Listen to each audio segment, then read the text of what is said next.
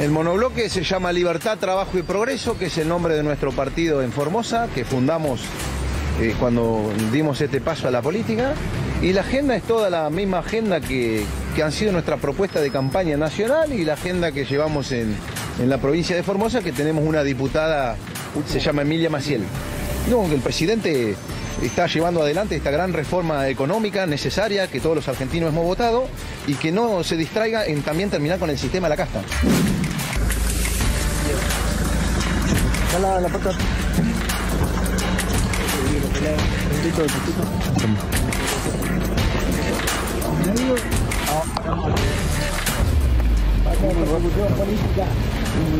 ¡Basta! ¿Hay alguien involucrado más importante que vos? Esta es la foto que querían. ¡Basta de persecución! ¿Está involucrado algún político más? ¿Formás parte de una red de pedofilia? ¿Sos inocente?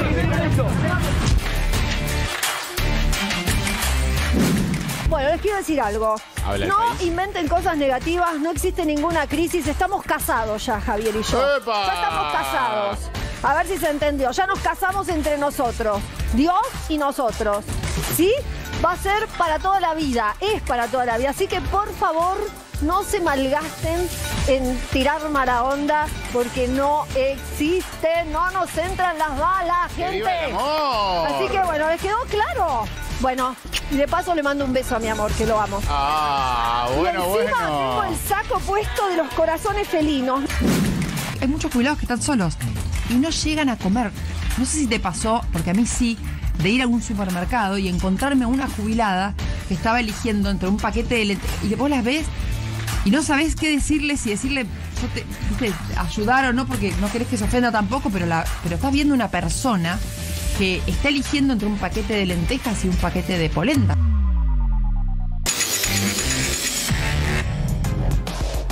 Muy buenas noches a todos, bienvenidos a la noche de 24, bienvenidos a MMC, ya estamos en vivo hasta las 21 horas. Efectivamente, el presidente Javier Milei está meditando el veto total a la ley de jubilaciones que establece un aumento del 8% para los jubilados para equiparar y compensar la inflación de enero. Se les había dado una compensación del 12%, la inflación en enero había sido el 20%. Y también establece una fórmula de movilidad previsional.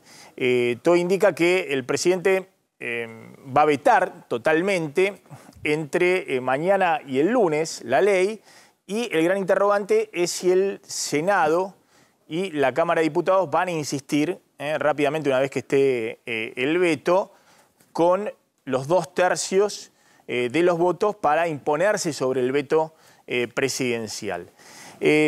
Ahora vamos a contar un poco lo que está dando vuelta. Hay algunos sectores, por ejemplo, de diputados del PRO. Mañana hay una reunión entre Milei, Cristian Ritondo, el diputado Oscar Sago, ex de La Libertad Avanza, y algunos dicen que ahí van a buscar alguna diagonal que le permita al gobierno, más allá del veto presidencial, después dar algún tipo de aumento que equipare un poco la situación de los jubilados, que obviamente están perdiendo por goleada. Lo cierto es que para entender lo que pasa con los jubilados, a ver si lo vemos rápidamente, efectivamente ha habido una licuación muy grande de haberes después de la devaluación de diciembre y la aceleración inflacionaria. Esta es la jubilación mínima con el bono. Ahora en septiembre los jubilados van a empezar a cobrar 304.000 pesos de jubilación mínima, incluido el bono de 70.000 pesos, porque si no la jubilación básica mínima es de 234.000 pesos, más el bono de 70.000 pesos lleva las jubilaciones acá. La jubilación a valores de hoy, en diciembre estaba en 323.000 pesos, a valores de hoy, ajustado por inflación. Después se derrumbó, febrero fue el piso, a valores de hoy cayó a 236.000 pesos las jubilaciones, y después empezaron a recuperar lentamente, fundamentalmente porque se empezó a aplicar a partir de abril, además de un 12% de compensación, el ajuste inflacionario de 2 meses atrás. Y las jubilaciones recuperaron un poco, pero se quedaron acá. Se quedaron muy abajo respecto incluso a diciembre. Entonces, lo primero que plantea la nueva ley aprobada por diputados y senadores, en ambos casos con 2/3, pero bueno, hay que ver si se ratifica después del veto presidencial, es darle un 8% más a los jubilados, que los dejaría un poquito por debajo de lo que era la jubilación en diciembre. Pero la otra discusión es que los jubilados vienen perdiendo ya, como en la guerra, en los últimos 5 años. Tanto el gobierno de Mauricio Macri como de Alberto Fernández. De hecho, en septiembre, la jubilación a valores de hoy, la jubilación mínima que ahora están cobrando ahora a partir de la semana que viene los jubilados 300.000 pesos, 304.000 pesos, estaba en 384.000 pesos. Y si uno ve la trayectoria de los últimos 5 años, la placa siguiente, por favor, bueno, efectivamente, venimos de una caída muy fuerte de las jubilaciones. Fíjense, fines de 2017, a valores de hoy, la jubilación mínima, que ahora está en 304.000 pesos, le van a pagar a los jubilados con el aumento del 4%, que es el aumento con la inflación de julio que se paga en septiembre, pero en 2017 esta jubilación mínima estaba en 440.000 pesos casi a valores de hoy, 438.000 pesos, es decir, que han perdido prácticamente 50%. Una caída muy, muy fuerte de las jubilaciones. Y el tema es cómo pueden recuperar, ir recuperando, o si directamente se van a quedar acá planchados. Entonces, bueno, la discusión en el Congreso no solamente es recomponerles un poquito más, la placa siguiente, sino también ver si efectivamente, fíjense, esto es con el régimen jubilación con el decreto de Milei. Se quedan acá los jubilados, se quedan acá. Es este color, se quedan acá. ¿Ven? Obviamente no es culpa de Milei, digamos, la licuación de Macri y después de Alberto Fernández, pero se quedan, ni siquiera recuperan lo que tenían a fines del año pasado, los jubilados. Se quedan acá porque después no le gana nunca la inflación. Tienen el ajuste para no seguir perdiendo. La fórmula del Congreso, en primer lugar, y esto podría aceptarlo el gobierno, vamos a ver si hay alguna negociación con el PRO o con el peronismo federal. En principio sería 8% de aumento, es decir, que podrían quedarse acá, un poquito más arriba, casi equiparado como estaban en diciembre, antes de la devaluación, un poquito abajo. Es decir, con el 8%, la jubilación mínima en vez de 304.000 pesos iría a 318.000 pesos. Estaría 5.000 pesos abajo a valores de hoy lo que estaba en diciembre, que estaría en 323.000 pesos. Pero bueno, la discusión también es si hay alguna fórmula que le permita en adelante a los jubilados, sobre todo si la economía crece, se crea empleo, se pone empleo en blanco y hay más recursos previsionales, aportes previsionales para el ANSES, que una partecita vaya a recomponer por arriba de la inflación los saberes de los jubilados. De hecho, ¿qué hizo Milei? Eliminó la fórmula de Alberto Fernández. ¿Por qué? Porque es cierto que la fórmula de Alberto Fernández en estos meses los hubiese hecho perder más a los jubilados, pero en algún momento la fórmula del gobierno anterior, como se ajustaba por recaudación previsional y por el RIPTE, si la economía crece, el año que viene iba a empezar a recuperar. Y Milei hizo lo que en su momento hizo cuando llegó Macri, que también eliminó la fórmula que había anteriormente porque pensaba que la inflación iba a bajar y le iba a dar menos a los jubilados, y después la inflación se disparó, y Alberto Fernández hizo lo que hizo Milei y lo que hizo Macri, porque cuando llegó Alberto Fernández en 2020 y la fórmula de Macri de ajuste por inflación le iba a retribuir a los jubilados, sobre todo en 2020 le iba a pagar la inflación disparada del 50% de los últimos 6 meses de Mauricio Macri, Alberto Fernández suspendió por decreto la movilidad previsional, por decreto, y empezó a dar aumentos por decreto, suspendió la movilidad de ajuste inflacionario de Macri, justamente para no pagarle a los jubilados. Y bueno, Milei lo que hizo también es suspender la movilidad de Alberto Fernández. Es cierto que el ajuste por inflación ahora los protege un poco más y les permite recuperar, pero no les permite después tratar de recuperar algo de lo que perdieron en los últimos 5 años. Y esta es un poco la discusión que hay en el Congreso. Fíjense cómo la senadora Carolina Lozada, del radicalismo, hoy expresa un poco la posición de los bloques que acompañan hasta ahora en casi todas las medidas al gobierno, pero se le plantaron con el tema jubilados. Por eso es inminente el veto del presidente Javier Milei, pero claramente la semana que viene va a haber mucho ruido con esto.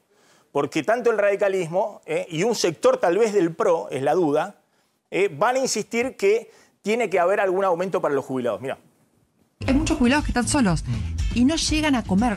No sé si te pasó, porque a mí sí, de ir a algún supermercado y encontrarme una jubilada que estaba eligiendo entre un paquete de lentejas, y vos las ves y no sabés qué decirle, si decirle, yo te, viste, ayudar o no, porque no querés que se ofenda tampoco, pero estás viendo una persona que está eligiendo entre un paquete de lentejas y un paquete de polenta, a lo mejor.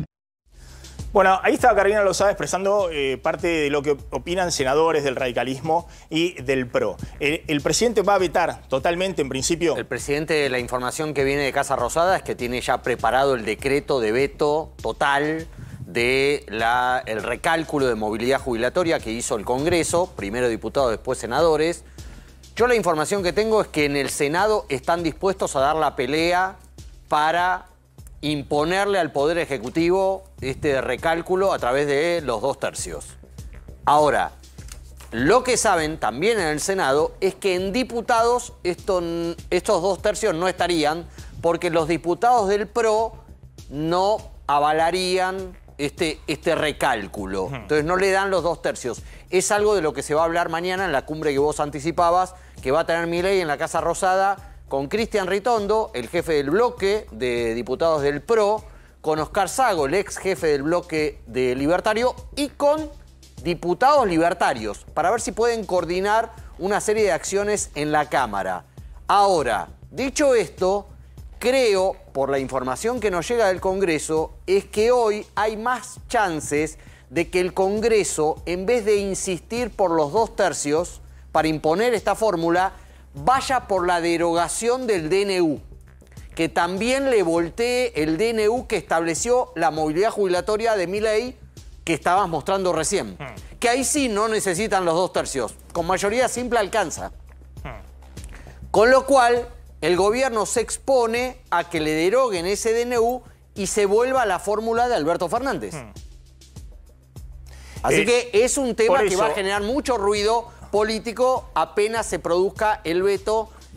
Puede ser mañana, puede ser en las próximas horas o el lunes. Por eso, atención, 1/3 del ajuste, lo reconocen todos, fue licuación al sistema previsional a los jubilados. Como en su momento también fue licuación en el gobierno de Macri, fue licuación para los jubilados en el gobierno de Alberto Fernández. Ahora, más acentuado. La discusión no es por ahora por los números de este año, sino hacia adelante, si los jubilados van a ir recomponiendo algo de sus ingresos en términos reales, como se espera si le sale bien las cosas a Milei, y recompongan también los trabajadores y otros sectores de ingresos medios. Y bueno, si los jubilados también le pueden ir ganando a la inflación. Fíjense la licuación del sistema previsional. La Argentina gastaba casi 10 puntos del sistema previsional. Esto es, bueno, lo llegó a gastar en 2020 con el tema de la pandemia, con el tema de los subsidios focalizados, el IFE y todo eso, pero gastaba en 2017 casi 10 puntos y después ha habido una licuación y gasta 6 puntos.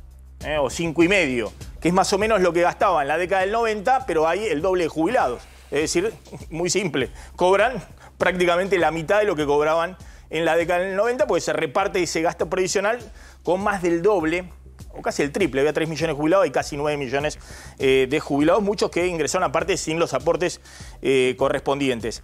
El otro tema relevante es que se conoció que esto se está aplicando ahora, a partir de las últimas semanas de agosto, que el PAMI ha dejado la cobertura 100% para muchos medicamentos y en algunos casos ha pasado de cobertura 100% o 70% a venta libre. Esto es algo que afecta a todo el sistema de salud, ¿no? Y que, bueno, obviamente en el bolsillo de los jubilados, es cierto que con la cobertura 100% había muchas familias que por ahí tenían alguna prepaga y que iban o sea, hacían las recetas al PAMI, al abuelo, al 100%, en vez de usar la prepaga. Pero también es cierto que, bueno, que en el caso de muchos jubilados, incluso con algunas medicaciones que son crónicas, digamos, para enfermedades crónicas, se ha pasado de una cobertura del 70 o 100%, en algunos casos a una cobertura mucho más baja y en algunos casos a remedios de venta libre. Tenemos un móvil ahí en una farmacia, está nuestro colega Gabriel Prosperi. ¿Cómo te va, Maxi? Exactamente, son muchas dudas, muchas preguntas que se están haciendo miles de jubilados, de jubiladas, de familias. En todo caso, ¿qué va a pasar con los medicamentos que hoy estoy recibiendo con un 100% de descuento? ¿Me van a dejar de descontar eso? Venimos a preguntarle justamente a aquellos que están en el tema día tras día, hora tras hora, diría, porque realmente estas cuestiones preocupan y vienen muchos a preguntar justamente eso. ¿Qué cambia y qué no cambia, Rita, entonces, en todo esto que estamos comentando? Cambiaron algunos descuentos, pero solo algunos. Y vemos que hay mucha confusión en la interpretación de todo lo que se sacó. El 100% de los medicamentos, en 5 medicamentos, no cambió, lo van a seguir teniendo. Es decir, aquellos que hasta el día de hoy o hasta esta semana recibían por determinados 5 medicamentos el 100% de descuento, lo van a seguir teniendo. Esos 5 medicamentos lo van a seguir teniendo. Tengan el haber jubilatorio que tengan, las casas que tengan, los autos que tengan, eso no se saca. Después, el 100% en patologías crónicas no se cuentan dentro de esos 5 y los siguen teniendo. Lo que sí se modificó, medicamentos de uso crónico que pasaron a tener entre un 60 y un 80% de cobertura. Y hay una serie de medicamentos que pasaron a ser medicamentos eventuales. En eso se modificó el descuento. Pero lo que ahora, en esos medicamentos que tenemos entre el 60 y 80% que vos dijiste, ¿se puede acceder a un 100%? Pues se puede acceder a un 100% y esto es lo que se salió a comunicar PAMI y lo que se malinterpretó y muchos jubilados se pusieron mal y vinieron a las farmacias a preguntar. En realidad lo que se cambió, que creo que lo importante es focalizar en qué es lo que se cambió, solo 2 de los requisitos para pedir este subsidio social. Para pedir el subsidio social, para tener con el 100% otros medicamentos que no son los que nombramos antes, había una serie de requisitos. Que el haber jubilatorio sea por debajo de 1,5 del haber mínimo, no tener una prepaga, no tener más de una casa, no tener un auto que sea un modelo más nuevo a 15 años. Acá está la primera modificación. Lo que estaba antes estipulado era 10 años. Se pasó de 10 a 15 años. ¿Qué sucede?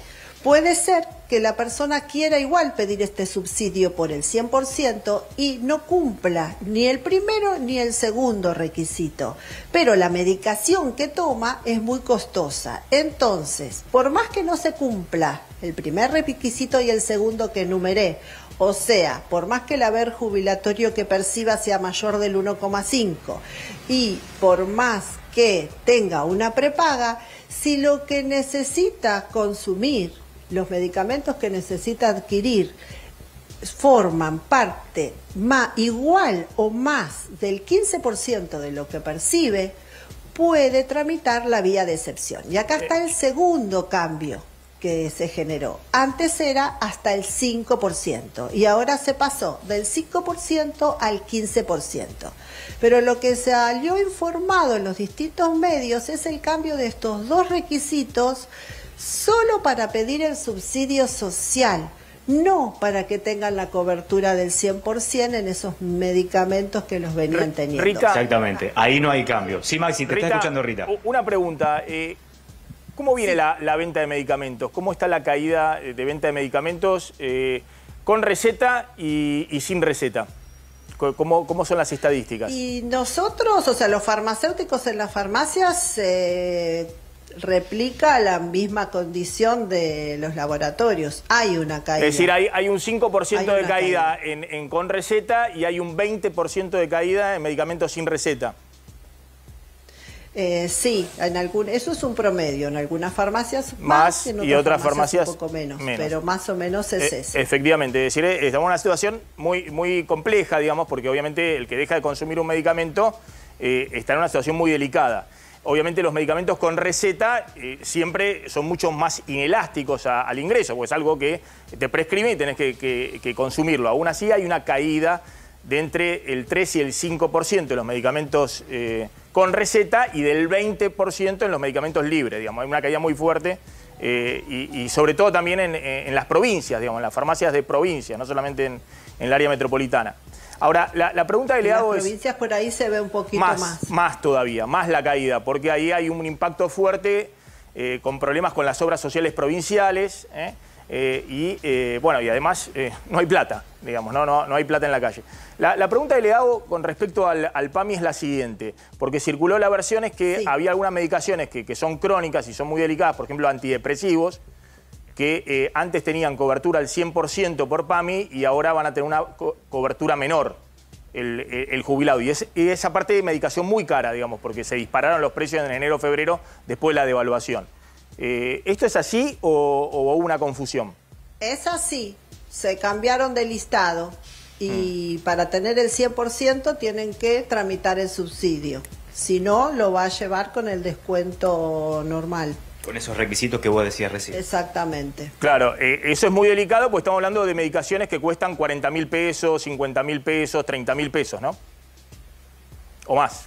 Sí, y si pueden cuadrarlo dentro de esos requisitos, puede tramitar el subsidio. Es decir, tiene que hacer un trámite para conseguir un subsidio, pero PAMI no cubre más esa medicación al 100% automáticamente. Es lo que nos informó PAMI, sí. El otro tema es algunos medicamentos de venta libre, pero que los abuelos suelen consumir bastante. Por ejemplo, todo el tema de antiácidos, omeprazol, por ejemplo. Eso que tenía una cobertura de PAMI, ¿ahora va a venta libre? Sí, todos los prazoles pasaron a venta libre. Al pasar a venta libre dejaron de estar cubiertos por la Seguridad Social. No es el caso de PAMI, que lo sigue teniendo por el momento, pero en una categoría como medicamento eventual. Y tiene un descuento del 40%. Varió de tener un descuento mayor a tener el 40%. El 40%, perfecto. Y en el caso de las prepagas u obras sociales no lo cubren. Quedaron fuera de cobertura. Fuera de cobertura. Bueno, ¿y cómo percibe la situación, digamos, no solo de los jubilados, digamos, de la gente que va a la farmacia, ¿no? Que es la primera línea, ¿no? La gente ¿en qué gasta principalmente? Alimento y medicamento. Y después empieza a darse algún gusto. Sí, exactamente. O sea, el medicamento es un bien social y nosotros desde los mostradores tratamos de que cada persona se vaya con la medicación que necesita para poder seguir con su vida normal.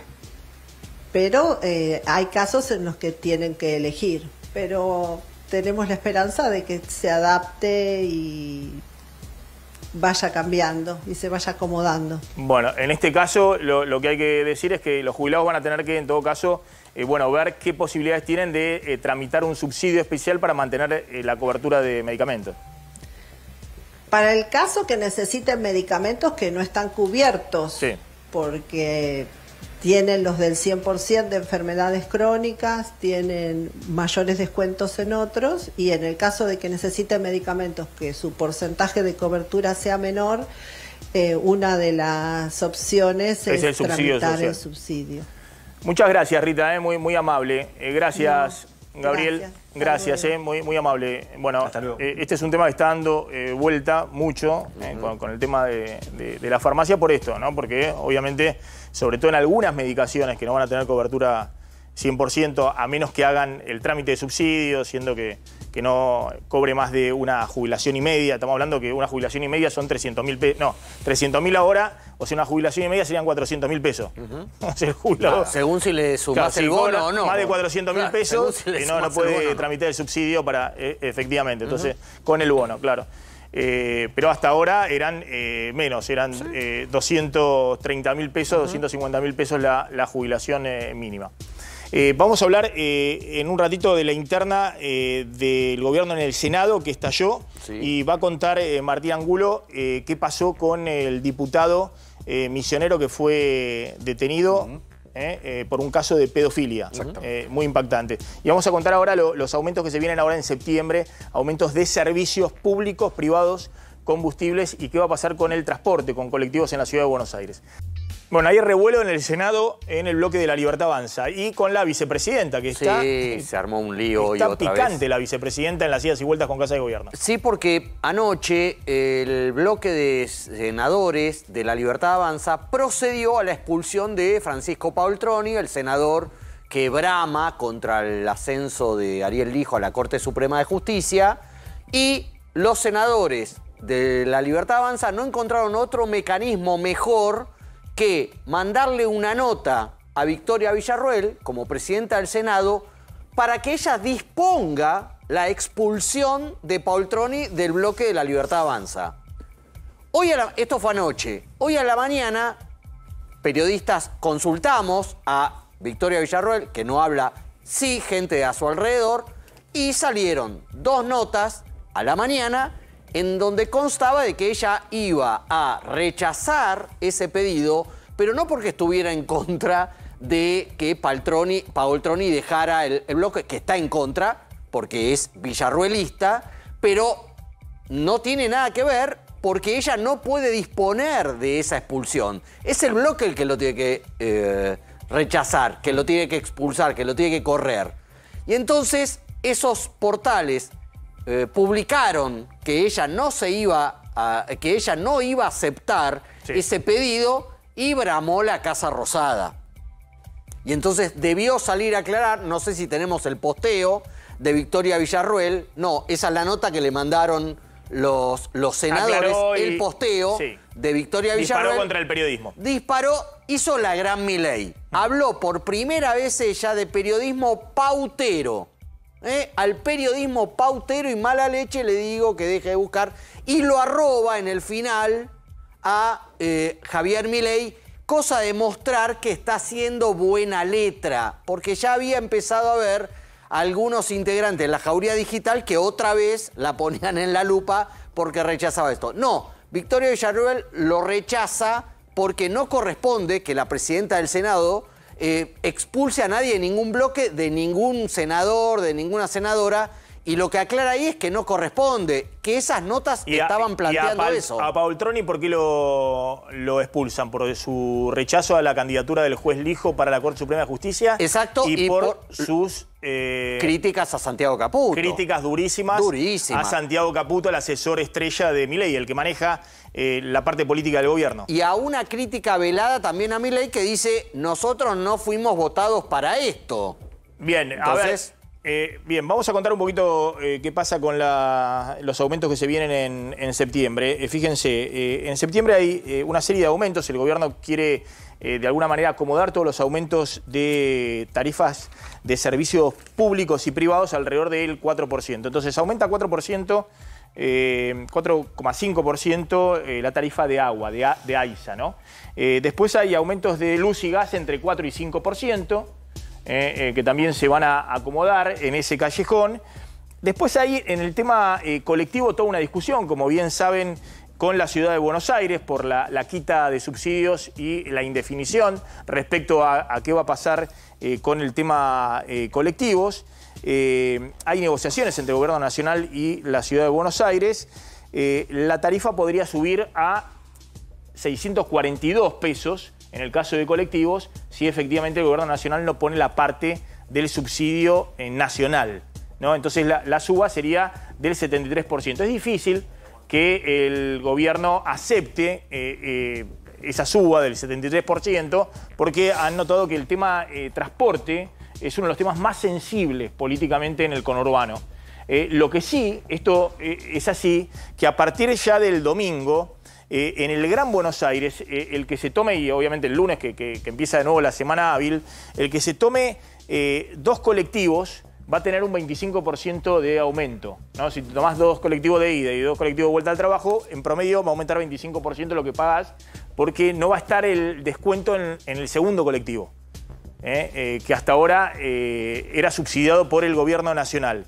Y el que se tome 3 colectivos, por ejemplo, 3 colectivos de ida, 3 colectivos de vuelta, en promedio va a tener un aumento del 40% de su tarifa porque se quita el subsidio interjurisdiccional, ¿no? Que lo que hacía era beneficiar efectivamente al que usaba más de un medio de transporte en el AMBA. No, el interjurisdiccional se mantiene.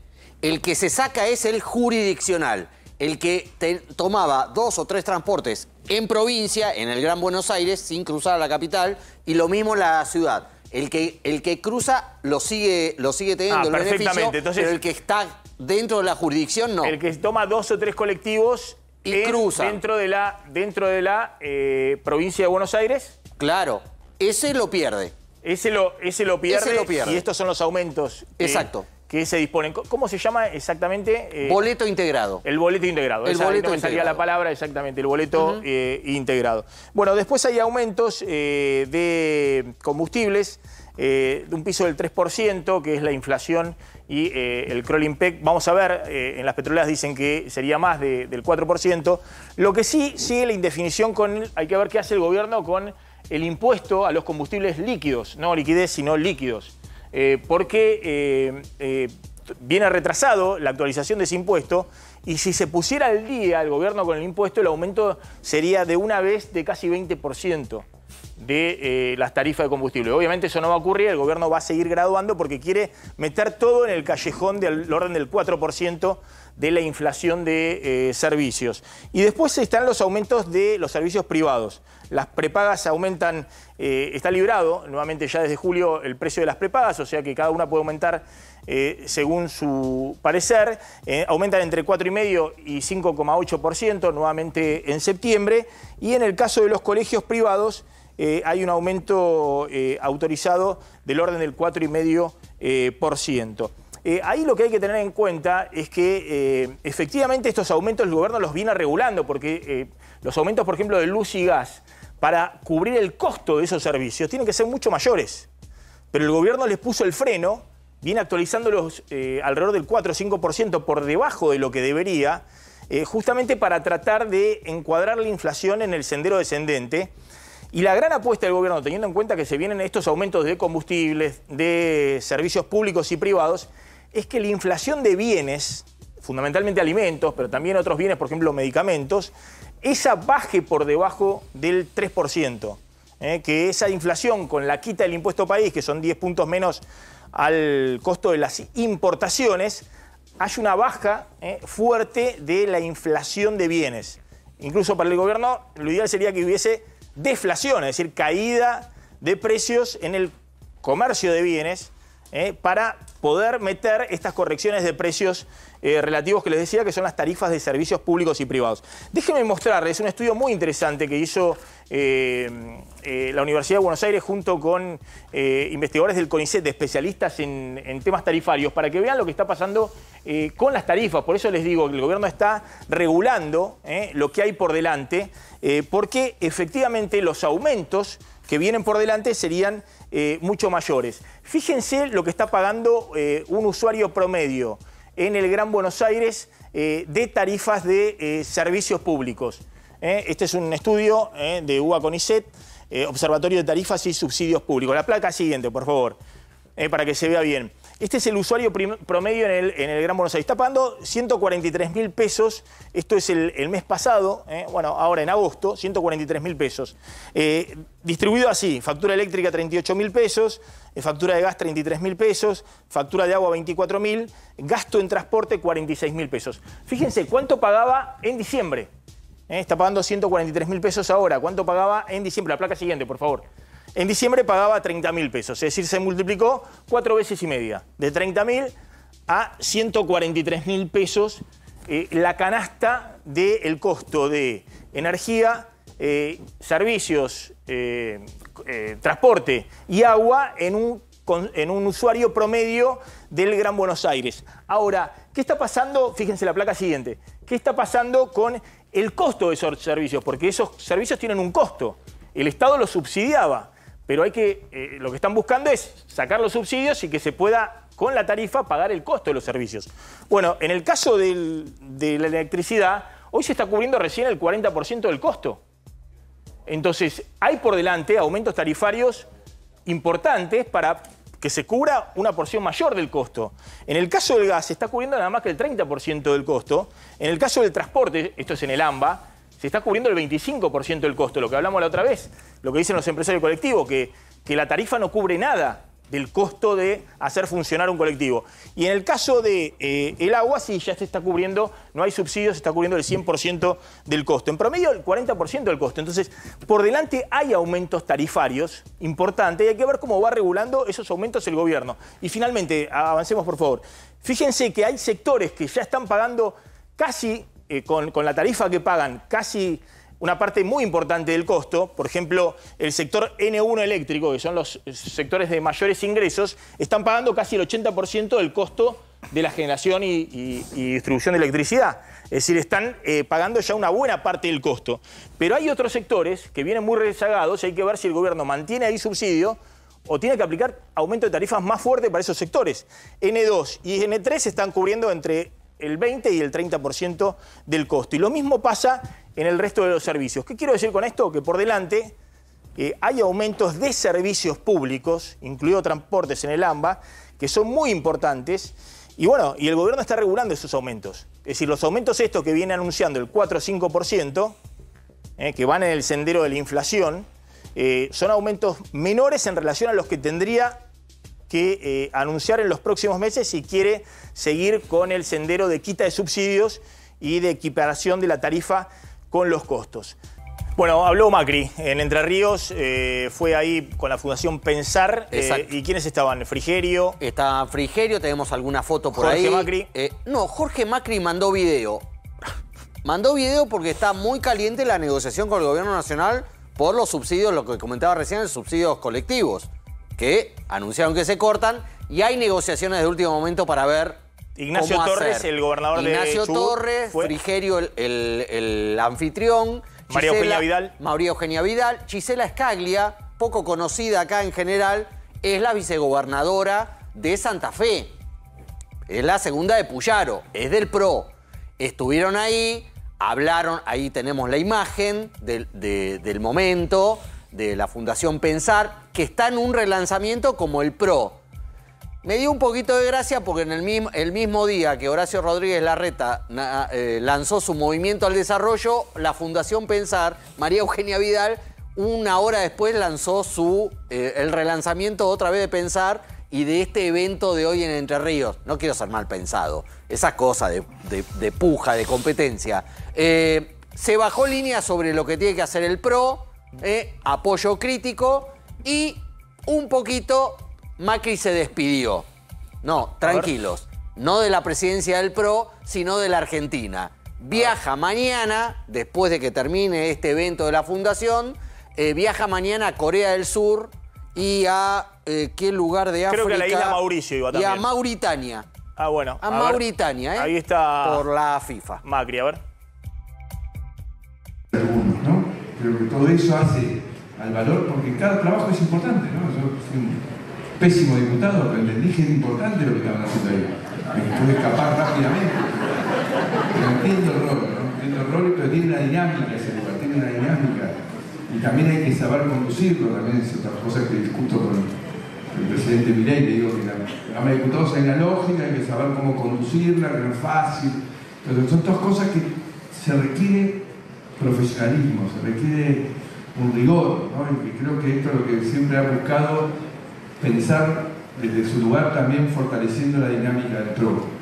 Y creo que son todas cosas que están en debate hoy, en un contexto donde hay una Argentina que está totalmente abierta al cambio, ¿no? Finalmente, esa huella que abrimos hoy está como una avenida, y esa avenida la gente dice... Ahora, ¿entendí mal o Macri le está explicando a Milei que se requiere profesionalismo en la Cámara de Diputados? Sí, no entendiste mal, por eso... Le está ofreciendo Ritondo, le está ofreciendo... Le está insistiendo con Ritondo, pues ya le vienen insistiendo. No va a suceder. Bueno. Mauricio Macri, Cristian Ritondo, tomen nota, no va a suceder. Pero mañana sí. Porque sacarlo a Martín Menem significa un golpe para Karina Milei. Pero sí reunión mañana confirmada de Milei con Ritondo y con Oscar Sago. Y con diputados de La Libertad Avanza. Ojo que me parece que va a estar Martín Menem y Bornoroni, el jefe del bloque de La Libertad Avanza. Tanda, ya volvemos.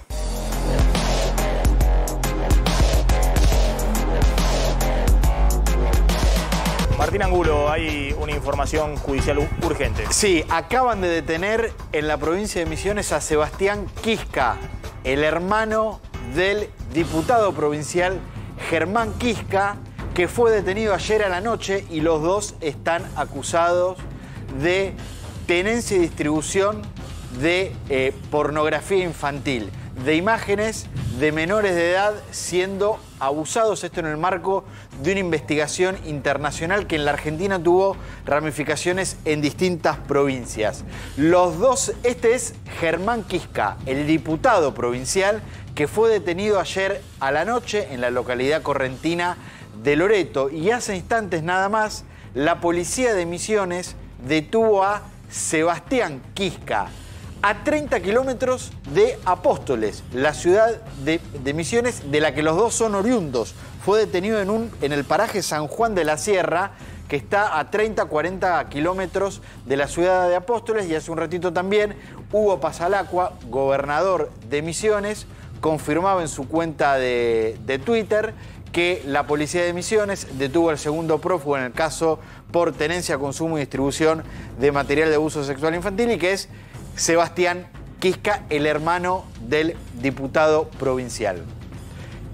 Germán Quisca va a ser mañana indagado por la justicia de Misiones. Está acusado porque en una computadora personal le encontraron entre los dos hermanos 603 archivos de pornografía infantil. Inclusive por la investigación que está haciendo la justicia, habría que determinar si Sebastián Quisca no cometió también el delito de abuso sexual por algunas comunicaciones que tienen. Germán Quisca tenía fueros como diputado. ¿Diputado provincial de qué partido? Del partido Activar, que en el 2021 fue en las elecciones Conjuntos por el Cambio. Desde el año pasado, con el triunfo de Javier Milei a nivel nacional, se alineó con la Libertad Avanza.